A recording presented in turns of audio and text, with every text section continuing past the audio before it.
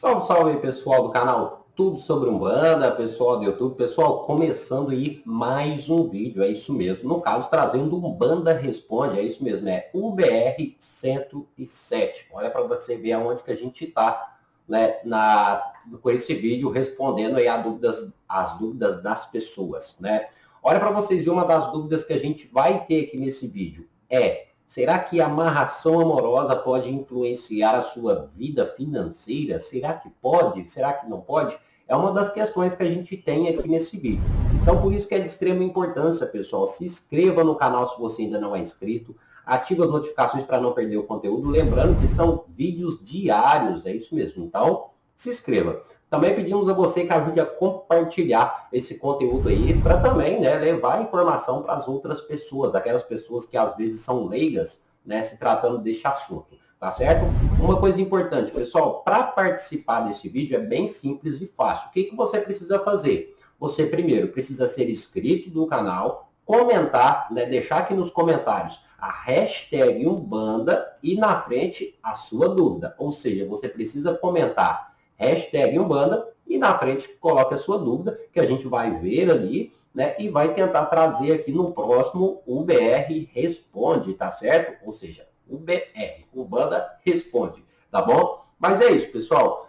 Enquanto a gente toca a vinheta, você se inscreve, ativa as notificações e curte o vídeo. Mas bora lá pro conteúdo.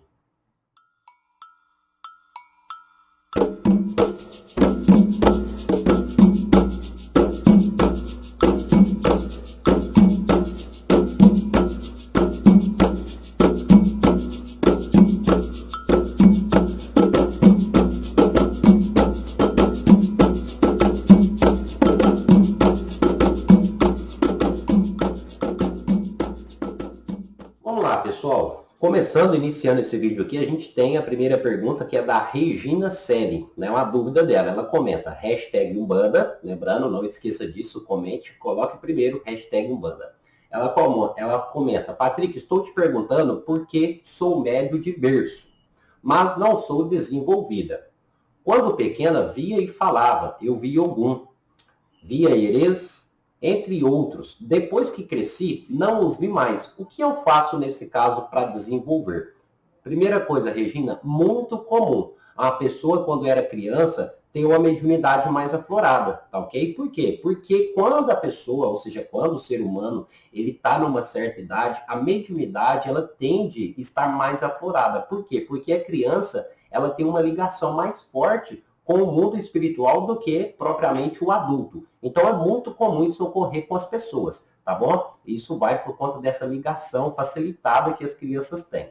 Agora, como que você vai desenvolver aquele dom que às vezes está adormecido, aquela mediunidade que está adormecida? A primeira coisa que eu posso orientar, Regina, seria você frequentar um terreiro, né, de Umbanda, né, porque eu sou umbandista, então eu vou te aconselhar isso, mas qualquer outra religião, qualquer outra doutrina que te faça trabalhar, né, essa mediunidade, é claro que você pode frequentar. Seja uma casa kardecista, uma casa espírita, um candomblé, a Umbanda. Então, são religiões e doutrinas que irão te ajudar nesse processo mediúnico, tá ok? Então, a melhor forma é essa. Agora, outras coisas que podem também ajudar e facilitar uma das coisas que eu sempre indico é meditação, orações, né, o firmar, vela, fazer coisas dentro de coisas simples e básicas que você pode fazer, né, no seu próprio particular, tá certo? Lembrando, aqui no próprio canal a gente ensina várias coisas, tá certo, Regina? Mas espero ter respondido aí a sua pergunta. Agora vamos continuando, né? Porque tem muita dúvida. Próxima pergunta é da Karen R46, sempre participando aqui do canal. Ela pergunta, hashtag Umbanda, Patrick, uma vez me disseram que eu tinha o terceiro olho, ou seja, o terceiro chakra. Entre meio à testa. Você acha que isso foi um sinal de mediunidade? E a pessoa que me disse estava incorporada e fez um sinal de uma cruz na minha testa. O que isso significa? Vamos lá, primeira coisa, o que é o terceiro olho? Em breve a gente vai trazer um vídeo específico falando sobre isso. O terceiro olho, pessoal, né, para muitos que não sabem, é praticamente o olho da alma, considerado aí por muitos em algumas doutrinas como o olho da alma. Esse terceiro olho, ele tem propriamente como finalidade observar aquilo que as outras pessoas não conseguem enxergar. Ou seja, é como se fosse uma visão do mundo espiritual, né? Para algumas doutrinas e algumas culturas espalhadas pelo mundo, esse terceiro olho ele fica na testa, é isso mesmo. E é a ele que dá a capacidade para o médium enxergar aí espíritos, energias, entre outras coisas, tá certo? Esse terceiro olho, praticamente, pessoal, é considerado uma força espiritual que todos nós carregamos. Isso mesmo, o terceiro olho todos nós temos. Só que para algumas doutrinas, esse terceiro olho está fechado e ele pode ser aberto através de feitiços, rituais e por aí vai, tá bom? Então isso vai depender muito da doutrina e muito da pessoa. Algumas pessoas nascem com essa mediunidade, porque é uma forma de mediunidade mais aflorada, e alguns não. Ou seja, alguns nascem com este terceiro olho aberto e outras pessoas, né, nascem com esse terceiro olho fechado, né? Mas dizendo aqui propriamente, todos nós temos esse terceiro olho. No caso da Karen, quando a entidade fez o sinal da cruz, pode existir várias questões em cima disso. A primeira é, ele pode ter feito ali uma proteção, né? A segunda coisa é, ele poderia estar fechando o seu terceiro olho para que não te atrapalhasse na sua vida. Isso vai depender muito ali da intenção da entidade. Certamente eu não posso esclarecer a fundo o que realmente ele quis fazer, mas pode ter esses significados. Tanto para ele, né, tanto a entidade quis proteger o seu terceiro olho, como uma forma de benzimento, ou ele também pode ter querido fechar ali o seu terceiro olho. Isso vai depender muito, tá certo? Mas espero que você tenha entendido. E em breve a gente vai falar mais sobre essa questão do terceiro olho aqui, hein? Por isso, acompanhe o canal. Próxima questão é do Mário Cruz. Mário Cruz, hashtag Umbanda. Pai Patrick, quando nossas entidades nos marcam com cigarro no pulso direito, no caso pombogira, e charuto nas costas do lado direito, no caso Exu, na pele, para que serve isso? Ouvi dizer que é calçar o médico. Mário Cruz, não é calçar o médico, tá bom? Primeiro, tem alguma coisa de errado aí nessa incorporação, tá bom? Se caso a incorporação estiver ocorrendo com você, Mário, provavelmente não é uma entidade, tá certo? Infelizmente não é uma entidade. Por que não é uma entidade? Porque entidade nenhuma irá degredir ou machucar o corpo físico do médium. Essa questão que o pessoal fala que é calçar o médium, quando deixa alguma marca no médium, pessoal, esse termo era muito utilizado antigamente, tá certo? Por quê? Porque os pais de santo, antigamente, praticamente obrigavam, né, com que a entidade testasse o médium. Então era como, eu vou fazer a marca de cigarro aqui no braço do médium, né, para mostrar que o médium está firme comigo. Aí o pessoal dizia que era calçar o médium. Isso era para mostrar que o médium está firme, tá certo? Com a entidade. Necessariamente, pessoal, isso não é mais válido, né? Entidade nenhuma, hoje em dia, com a evolução, com o crescimento, que é a Umbanda, que os médios, que as entidades têm, com a evolução que aconteceu com o tempo, entidade nenhuma faz isso. Então, é considerado aí, praticamente, um espírito obsessor. Tá certo, Mário? Dica ideal é que você busque a fundo, converse com seu pai de santo, porque isso não está correto. E o termo calçar o médium era utilizado antigamente para mostrar que o médium está firme, tá bom? E é como se fosse um teste de fogo, mas não é correto.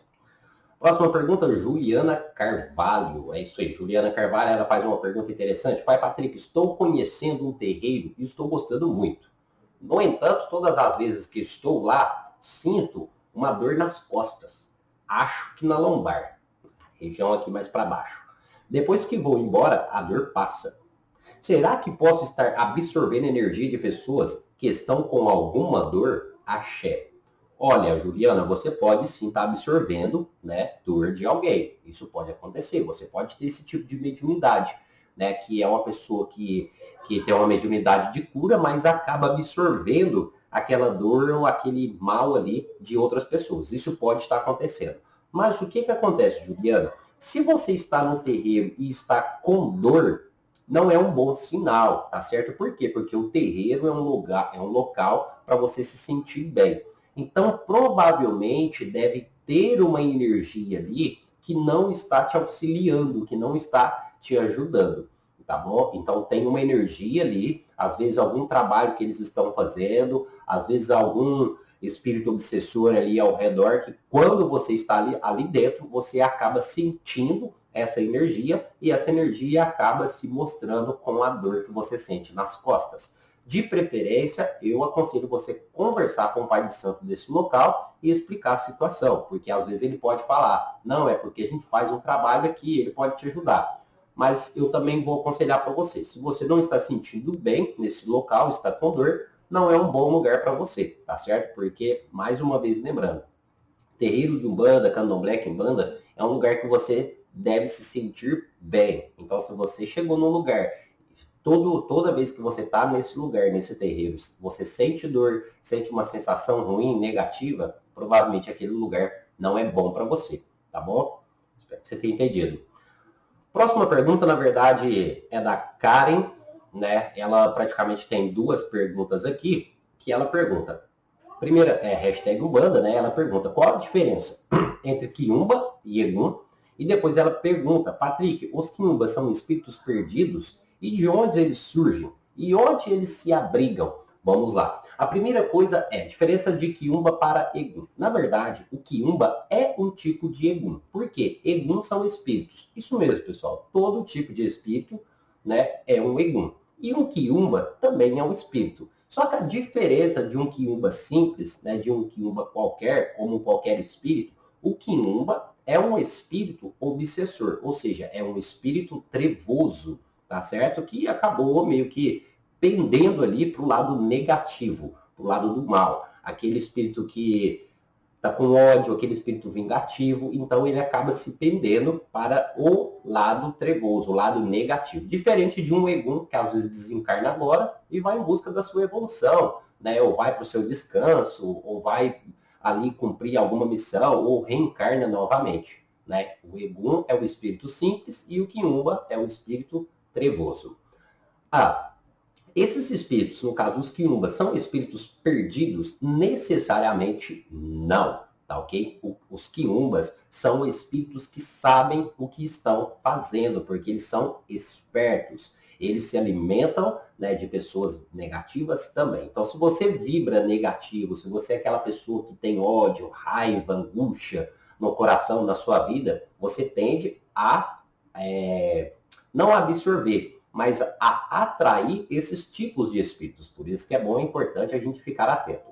Onde que esses espíritos se abrigam? Então, existem vários tipos de quiumbas, né? Existem os obsessores, existem os negativos, existem os mandantes, os chefes e por aí vai. Também existe uma escala entre os quiumbas, né? Que é os espíritos trevosos. Esses espíritos, primeiramente, eles se abrigam em vários lugares. Um dos primeiros lugares são umbral. Outros lugares são lugares onde contém violência, lugares onde contém coisas negativas, coisas erradas. Vamos dar um exemplo aqui da própria Cracolândia, né, que a gente conhece bastante aqui no Brasil. Então, esses quiumbas acabam se abrigando onde tem essas energias negativas, tá certo? Então, por isso que é bom a gente ficar bastante atento com determinados ambientes onde a gente frequenta, certo? Mas espero que eu tenha respondido aí a sua pergunta, viu, Karen? Agora, vamos lá. Próxima pergunta, no caso aqui é da Regina Selle novamente, ela coloca a hashtag Umbanda e coloca assim, Patrick, depois que o médium descobre que é médium, olha para vocês verem, e resolve desenvolver, pode ficar sem frequentar um centro, ou seja, um terreiro? Se for pessoa, for médium de berço, precisa desenvolver para poder cuidar de seus guias? Se puder me tirar essa dúvida, eu agradeço. A primeira coisa é, Regina, nem um médium e nem uma pessoa é obrigada a nada. Mesmo você sendo médium de berço, nascendo coroado, sendo um abiaxé, um abicu, qualquer coisa, você não é obrigado a desenvolver e a nem frequentar o terreiro. Então, para começar daí, não existe uma obrigação, tá certo? Ou seja, a religião em si, ela não vai te obrigar, tá bom? Então, quando você fala que a pessoa descobre que é médium e ela resolve desenvolver, então é claro que ela não pode ficar sem frequentar o centro. Por quê? Porque ela decidiu desenvolver. Agora, se caso a pessoa sair do terreiro por opressão, ela não quer desenvolver mais, ela também tem esse direito. Lembrando que eu já expliquei isso em vários vídeos, não é simplesmente você virar as costas. Você deve dar satisfação porque você está saindo e fazer os procedimentos da forma correta. Mas você não estará preso àquele ambiente, tá certo? Então, espero que você tenha entendido. Ó, agora a próxima pergunta é da Karen R46 novamente. Ela pergunta: as entidades eu entendo bem, mas sobre os orixás eu não entendo muito. Poderia me dizer qual é a finalidade dos orixás? Vamos lá. Os orixás é uma questão bem extensa da gente explicar passo a passo aqui. Mas os orixás, eles foram, né, os primeiros seres criados por Deus, ou seja, por Olorum. Então, a finalidade dos orixás é porque foram os orixás que criaram os seres humanos, tá bom? Vamos dar esse exemplo aqui. São santos, são divindades, para deixar mais claro, divindades, santos que criaram nós, que criaram a Terra. Então, a finalidade deles é tanto pegar a nossa mensagem e levar para Deus, né? Quanto várias outras coisas, como nos guiar, nos orientar, nos aconselhar, né? E várias outras coisas. Ou seja, a finalidade dos orixás em si é nos auxiliar em todos os campos de nossas vidas, porque foram eles, né, que nos originou, né? Nós somos originários dos orixás, descendentes dos orixás. Então, a finalidade deles é estar aqui nos orientando sempre que precisar. Praticamente, de uma forma resumida, é isso, tá certo? Agora, lembrando que são divindades, seres que estão muito acima de nós, tá bom? É a mesma coisa da gente falar de Deus. Mas vamos lá, a próxima pergunta é do Victor X777. Ele pergunta, hashtag Umbanda, qual o lado ruim e o lado bom de se tornar-se um espírita? Meu nome é Victor de Souza. Victor de Souza, vamos lá. O lado ruim de se tornarem um espírita e o lado bom. Na verdade, pessoal, não tem como eu falar se existe um lado bom ou existe um lado ruim. Por quê? Porque isso vai de cada pessoa, tá bom? Vamos dar um exemplo aqui. Se a pessoa, ela é uma pessoa que já está voltada à mediunidade, ela trabalha, ou seja, ela tem uma mediunidade aflorada, para ela vai ser muito positivo, né?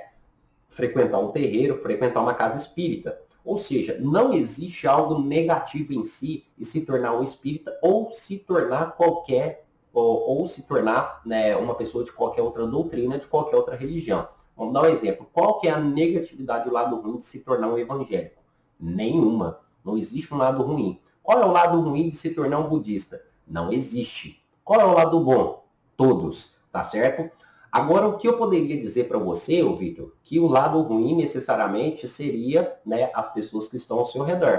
As pessoas que levam aonde você vai frequentar, porque isso ocorre. Por isso que é importante. Eu quero me tornar um espírita, quero frequentar um terreiro, então procure um local sério, um local onde você confia nas pessoas. Porque em si, a religião só tem coisas boas a te oferecer. Mais uma vez repetindo. Em si, a religião, qualquer uma delas, seja budismo, catolicismo, evangélico, judaísmo, só tem coisas boas a oferecer. Então, sempre vai ter o lado bom, porque é ela que vai te deixar mais perto de Deus, né? Te deixar mais perto daquela crença, da divindade, enfim. O lado ruim em si não existe na religião, existe sim nas pessoas. Tá bom, Victor? Espero que você tenha entendido. Agora, próxima pergunta, no caso aqui a gente tem algumas perguntas que contêm o mesmo sentido. A primeira pergunta aqui é do Helder, né? Ele fala, oi pai, eu sou novo na religião e faço uma oração todas as manhãs para meu guia, o anjo da guarda, pedindo proteção, orientação nos meus caminhos. Deixo uma vela acesa também. Queria comprar uma imagem de Preto Velho e Mãe Benedita, não sei se é este o nome. Devo levar estas imagens a um terreiro antes de pôr no meu congá? Por onde começar na Umbanda? Depois, a pergunta da Francisca, que ela coloca, posso ter em casa imagens, por exemplo, Nanã, Oxum, Santa Sara, acender apenas uma vela? Tem algum problema nisso? Depois a Regina, Patrick, posso acender vela para caboclo dentro de casa, se puder me responder, agradeço. Então, praticamente, são 3 perguntas que têm a mesma resposta. Pode ter imagens de santos, ou de orixás, ou de entidades dentro de casa? Sim, pode. Qual que é a forma correta, né? A forma correta é você emantar a esta imagem, ou seja, energizar essa imagem, como eu já expliquei várias vezes. Se você tem um conhecimento, se você tem a capacidade e sabe fazer isso, você mesmo pode fazer. Caso você não saiba e tenha ali a disponibilidade para ir em um terreiro, então eu aconselho que você leve essa imagem até o terreiro para que eles possam imantar, né, essa imagem para você e depois você levar para sua casa. Então tem essas 2 opções. Depois, posso acender velas, né, seja para o Xum, para Nanã, dentro da minha casa? Sim, você vai pegar a sua imagem, colocar ali no pequeno espaço e vai acender aquela vela na frente daquela imagem. Seja qual entidade for, seja um caboclo, um preto velho, né? Enfim, você pode sim acender as velas sem problema nenhum. Agora, quando se trata de Exu, também pode, mas deve-se tomar um pouco de cuidado, como eu já expliquei em alguns vídeos aqui. Eu estou falando de entidades e orixás, entidades da direita, como Caboclo, Preto Velho, Herê, e os orixás que a gente conhece, Ogum, Nanã, o Baluaê. Agora, quando se trata de Exu, existem alguns cuidados que você deve tomar ao acender a vela para Exu dentro de casa, porque a vela para Exu, a forma correta é do lado de fora, mas também pode ser acendido dentro de casa. Eu já fiz um vídeo explicando sobre isso. Mas, entre as perguntas aqui das 3 pessoas, propriamente, está aí a resposta. Certo? Necessariamente eu acendo também, né? Vela para todos os orixás. Vamos lá, próxima pergunta. Karen R46. Patrick, agora a pergunta vai para você. Você sempre foi um bandista? O que você aprendeu nesse tempo? E quanto tempo você atua como pai de santo? Vamos lá. Você sempre foi um bandista? Primeiramente, pessoal, nem sempre eu fui um bandista, tá ok? Eu me considero um bandista a vida toda, né? Desde quando eu nasci eu me considero um bandista, porque a minha família em si, meus ancestrais, foram praticantes da Quimbanda, né? E da Umbanda também. Quimbanda e Umbanda, né? Os meus ancestrais, como a minha bisavó, né? Também era a minha avó da parte materna, que é a parte da minha mãe, era quimbandeira. E a minha avó paterna, minha bisavó paterna, era kardecista. Então, praticamente já estava na família ali essa questão de trabalhar mais voltado aí com essa religião espírita, voltada ao espiritismo. Só que, é claro, eu fui para outras religiões, fui para o catolicismo, né? Dei aula ali de catequese, enfim, estudei um pouco e depois acabei me encontrando aí dentro da Umbanda, tá certo? O que eu aprendi nesse tempo todo? Gente, eu aprendi muita coisa, não só da Umbanda, mas como de várias outras religiões. Sempre fui curioso, sempre busquei aprender, conversava com principalmente conversar com os mais velhos, pessoal. Dica importante, converse com os mais velhos.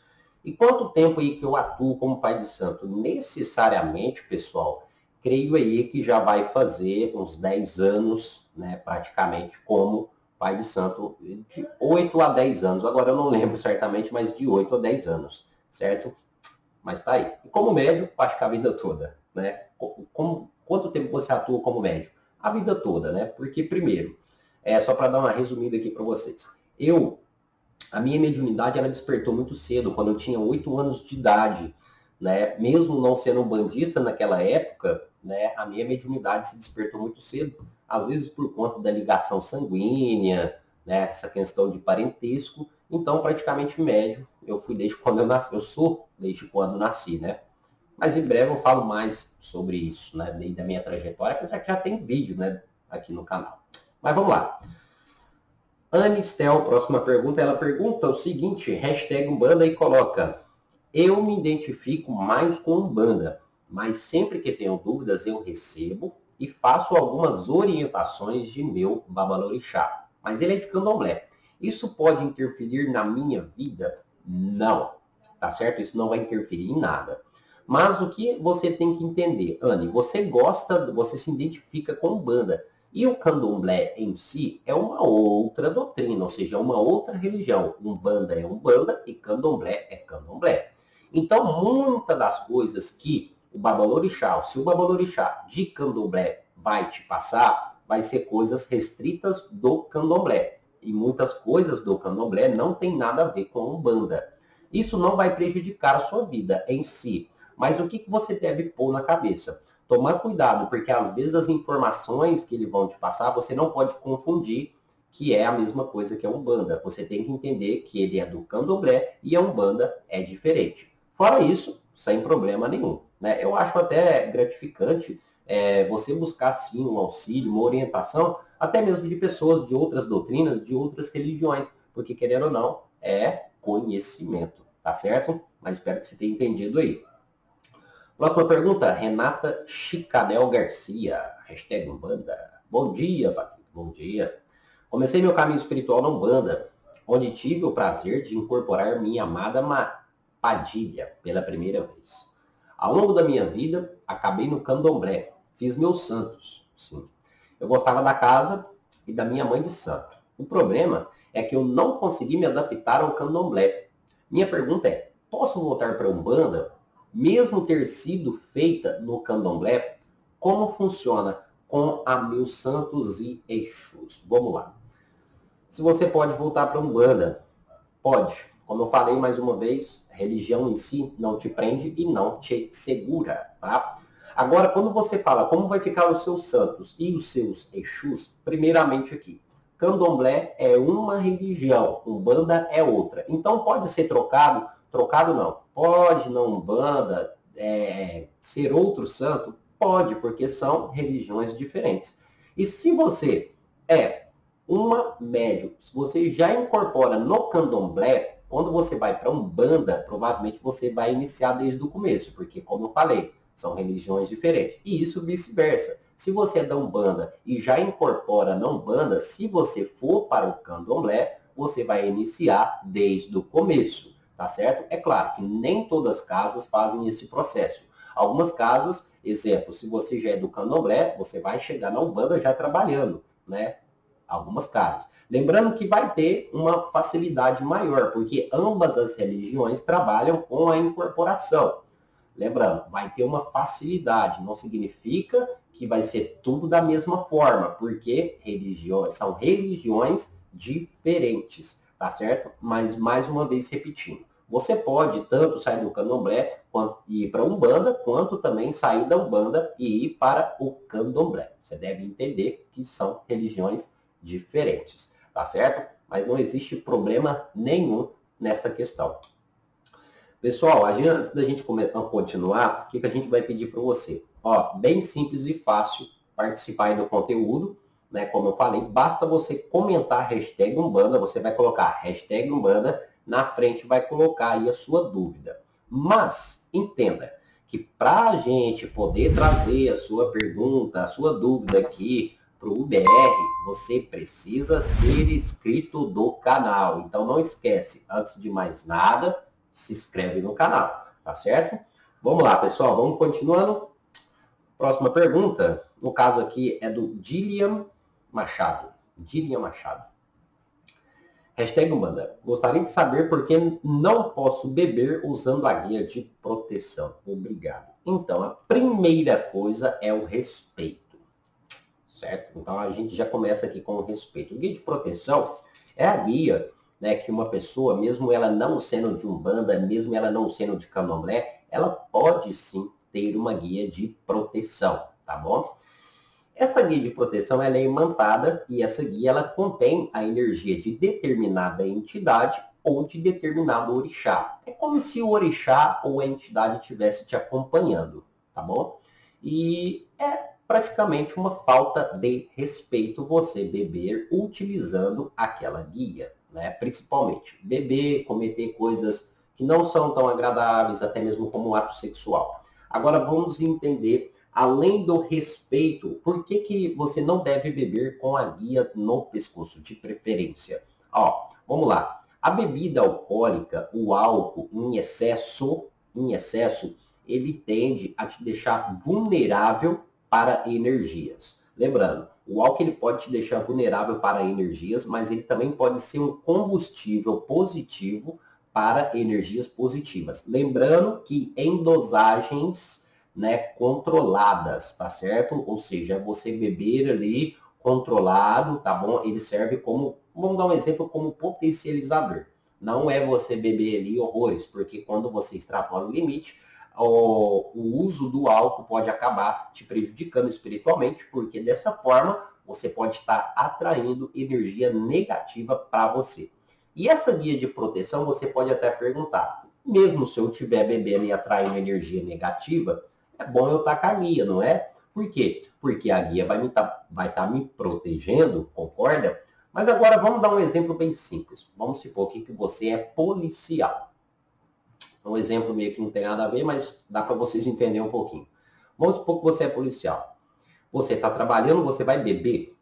Não, você não vai beber. Por quê? Porque vai atrapalhar o seu trabalho, vai atrapalhar a sua função. Se você beber muito ainda, é perigoso. E você que é policial, pegar a arma e sair atirando nos outros. Você vai beber e vai andar de carro? Não vai. Por quê? Porque é perigoso você sofrer um acidente, acabar causando dano aí em outras pessoas. Então é praticamente isso, né? Você está conduzindo uma energia e quando você bebe, essa energia ela pode ser direcionada de uma forma não tão positiva assim, tá bom?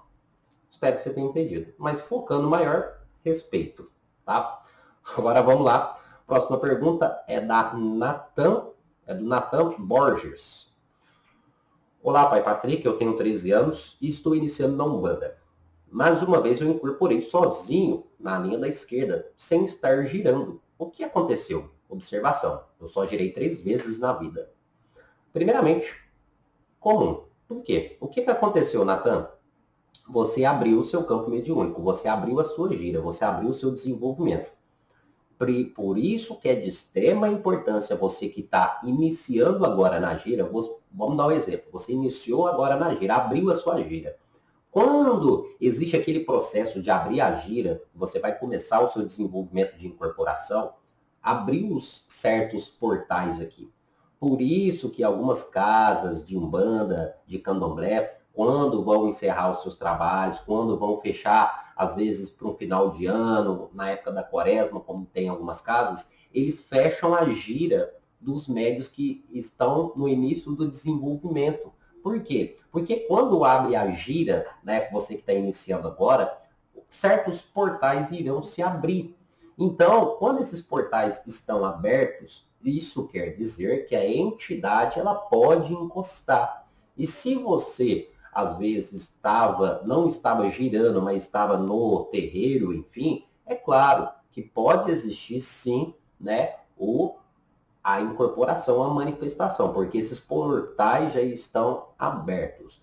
O correto é a gira, porque a gira vai facilitar a incorporação e fazer com que o espírito, ou seja, com que a entidade venha a se acoplar de forma mais adequada e facilitada ao seu corpo. Mas pode acontecer sim de você incorporar sem a gira, tá bom? Lembrando, a incorporação, né, dentro do terreiro, ela é positiva. Agora, quando isso Natan, se caso isso estiver ocorrendo fora do terreiro, o ideal é que você converse com o seu pai de santo, porque isso não é bom e pode acabar te prejudicando, principalmente para você que está no início. Por que te prejudicando? Porque pode ser que não seja uma entidade, porque às vezes você não vai conseguir identificar. Pode ser que a energia dessa entidade seja muito densa para você, tá bom? Então, é aconselhável. Se for fora do terreiro, converse com seu pai de santo, tá bom?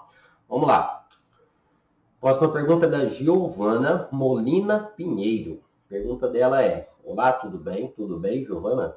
Espero que você também esteja bem. Eu frequento a Umbanda faz 5 meses. É bem recente.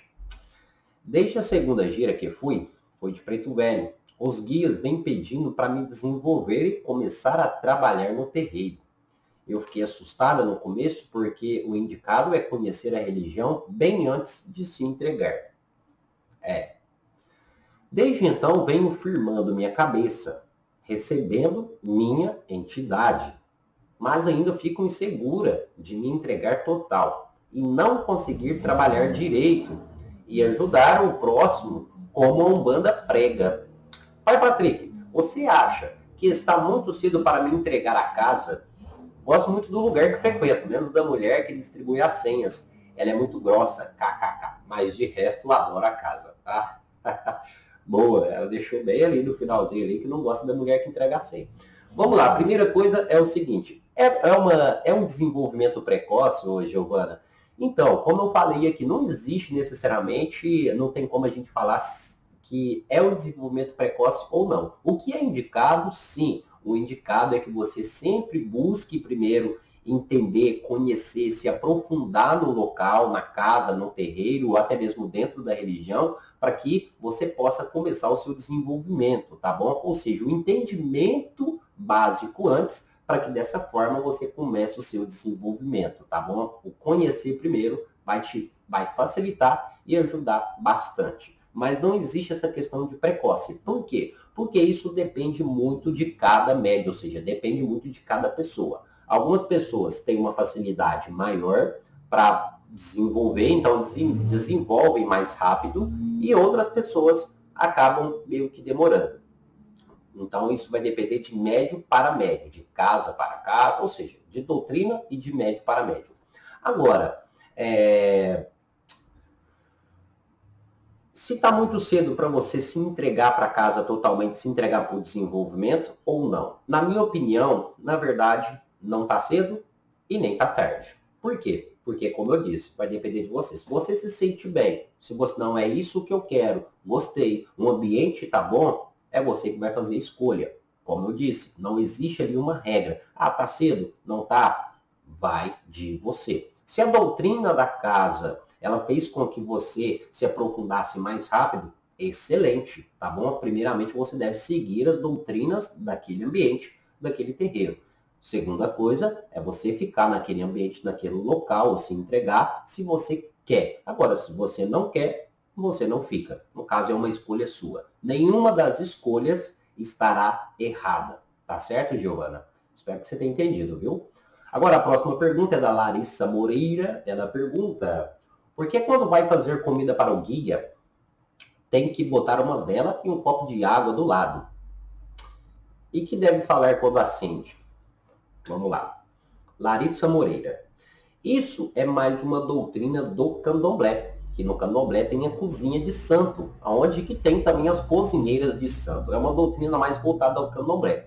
Porque na Umbanda em si, né, existe sim o preparo da comida, mas não é tão organizado, assim, não é tão rigoroso em si, não existe tanta ritualística no preparo da comida como no candomblé.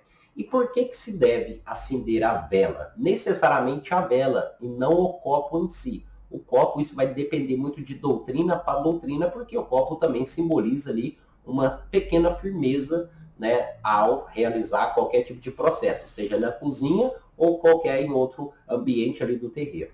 Mas a vela, qual que é a finalidade? A finalidade é fazer a ligação daquele momento, né, daquele devido momento que está acontecendo com o espiritual. Vamos dar um exemplo. Eu vou aqui fazer uma comida para algum. Vou fazer uma feijoada para algum.